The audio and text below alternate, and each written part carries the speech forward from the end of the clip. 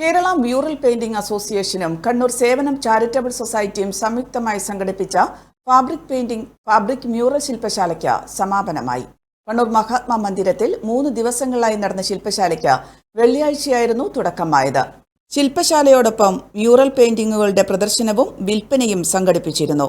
ഇന്ന് നടന്ന സമാപന ചടങ്ങ് Sevanam charitable society chairman C Dheeraj ഉദ്ഘാടനം ചെയ്തു. Rukmini S Nair Kozhikode, Nadisha, Saleena Nalavadath, C K Rupeshan, Deepak Sadanandan, Swarnalatha തുടങ്ങിയവർ സംബന്ധിച്ചു.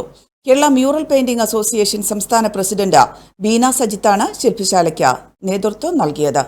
Kerala mural painting association Sevanam charitable society ചേർന്ന് സംയുക്തമായി നടത്തുന്ന ഒരു 3 ദിവസത്തെ ത്രിദിന വർക്ക്ഷോപ്പ് സ്റ്റാളുമാണ് ഇവിടെ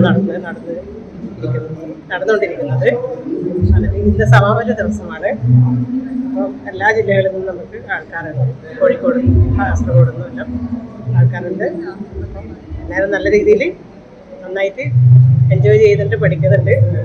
വാട്സപ്പിലും ഫേസ്ബുക്കിലും ഒക്കെ സ്റ്റാറ്റസ് അപ്ഡേറ്റ് ചെയ്യാറുണ്ടല്ലോ. HIV സ്റ്റാറ്റസോ HIV പിടിപെടാനുള്ള സാഹചര്യങ്ങളിൽ കൂടി അറിഞ്ഞോ അറിയാതെയോ കടന്നു പോയിട്ടുണ്ടാവാം. എന്ത് തന്നെയായാലും മുൻകൂട്ടി പരിശോധിച്ച് HIV സ്റ്റാറ്റസ് അറിയൂ. സൗജന്യ HIV പരിശോധനയും കൗൺസിലിങ്ങും ആരോഗ്യ കേന്ദ്രങ്ങളിൽ പ്രവർത്തിക്കുന്ന ICTC അഥവാ ജ്യോതിസ് കേന്ദ്രങ്ങളെ സമീപിക്കുക.